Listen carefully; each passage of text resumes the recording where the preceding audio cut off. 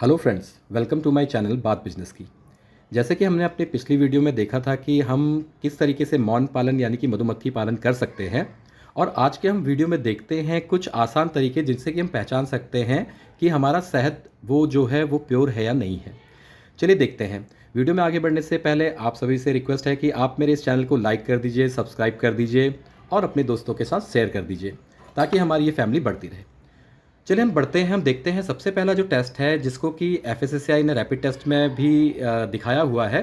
तो उस टेस्ट में क्या करना है, आपको हनी लेना है, शहद लेना है। शहद को एक कांच के जो ग्लास हो या कोई भी एक ऐसा बर्तन हो जिसमें कि ये जाकर डाला जा सके, तो उस कांच के बर्तन में आपको इस हनी को डालना है। और इस एक्सपेरिमेंट में होगा क्या कि जो आपका हनी है वो इसमें पानी में जाकर सीधे नीचे जाकर सेटल होना चाहिए, और कुछ भी डिस्पर्जन यानी कि यहाँ पर कुछ भी घुलना नहीं चाहिए। इस एरिया में कुछ भी चीज़ आपको घुली हुई नज़र नहीं आनी चाहिए। तो चलिए देखते हैं कि क्या इस जो शहद हमारे पास है, इस शहद में ये शुद्धता है या नहीं है। ये शहद जो ये उत्तराखंड से आया हुआ है, उत्तराखंड के पहाड़ी वादियों से आया हुआ है। चलिए देखते हैं क्या होता है। हमने लगभग 1 चम्मच के आसपास अपना शहद लिया है और इसको हम सीधे डाल रहे हैं। आप देखिएगा यहाँ पे ये जा रहा है अच्छे तरीके से एकदम बॉटम की तरफ को, और बॉटम में जाकर सेटल हो रहा है।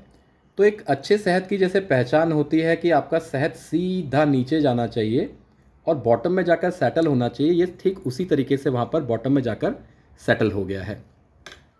आप अब देख सकते हैं कि हम अगर पीछे मैं इसको यूं कर दूं तो किसी भी प्रकार का यहाँ पर डिस्पर्जन नहीं दिख रहा। ये सीधे जाके बॉटम में सेटल हो गया है। बॉटम में सेटल होकर और किसी भी प्रकार का डिस्पर्जन ना दिखाई देना, ये एक प्रकार से किसी शहद की प्योरिटी को दिखाता है। तो हम इसमें ये कह सकते हैं कि शायद इसमें शुगर एडेड नहीं होगी, तभी इसकी ये प्योरिटी यहाँ पर दिख रही है। आप साफ देख सकते हैं शहद बॉटम में जाकर सेटल हुआ और इसमें एकदम प्योरिटी नज़र आई। चलिए हम आगे एक दूसरे एक्सपेरिमेंट की तरफ को बढ़ते हैं। जो एक्सपेरिमेंट एफएसएसआई में तो नहीं रिकमेंड है, लेकिन ये कहा जाता है कि इस तरीके के एक्सपेरिमेंट इसके साथ शहद के साथ किए जा सकते हैं। तो हम वो देख लेते हैं ज़रा। अब हमने क्या करना है कि ये जो पर्टिकुलर शहद है इसको पेपर, एक कोई भी आपके पास पेपर हो, उस पेपर पे इस शहद को डालना है। ये देखिएगा मैं शहद को इस पेपर पे डालता हूँ। एक तो इसका फ्लो देखिए, फ्लो हम लोग को देखना है कि फ्लो अच्छे तरीके से धीमे धीमे तरीके से नीचे की तरफ को आना चाहिए। ये देखिएगा ये हल्के हल्के, बहुत हल्के हल्के आ रहा है। यदि इसमें मॉइस्चर होता या पानी इसमें मिला होता तो ये बहुत तेज़ी से नीचे आता। तो ये भी एक दर्शाता है कि ये जो शहद है ये प्योरिटी है, इस शहद में प्योरिटी है।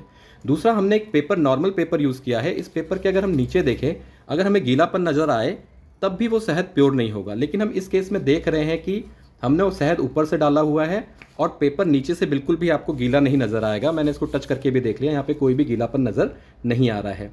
तो ये भी आपके एक शहद की प्योरिटी का परिचायक है।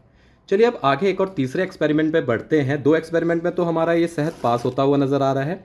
चलिए एक तीसरे एक्सपेरिमेंट पे बढ़ते हैं।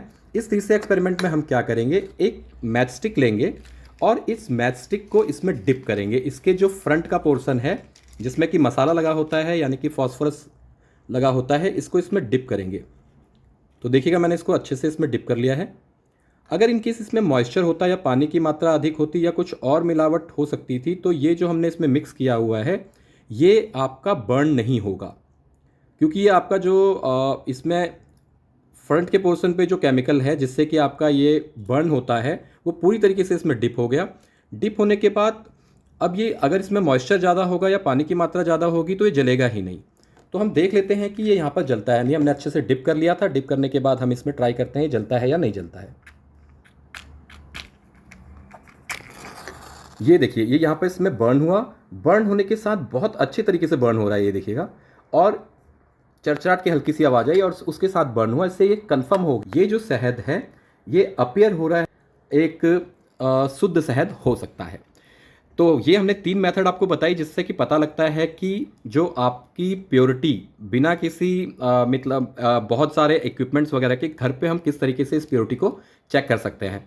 हालांकि याद रखिएगा कि शहद की प्योरिटी और उसमें और अगर कुछ अडल्ट्रेशन वगैरह कुछ है तो उसको हम केवल हाई एंड इक्विपमेंट्स की मदद से ही जान सकते हैं, जिसके लिए आपको किसी भी अच्छे laboratory ISO 17025 enable accredited laboratory के साथ टेस्ट कराना चाहिए।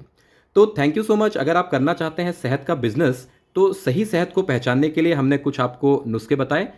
होप कि ये आपको पसंद आए होंगे। यदि आपको पसंद आए हैं तो इस चैनल को आप बढ़ाने में हमारी मदद करें और जितने भी आपके दोस्त हैं उनके साथ इसको शेयर करें और इस चैनल को सब्सक्राइब करें। Thank you so much. मिलते हैं एक नए वीडियो के साथ। Bye bye.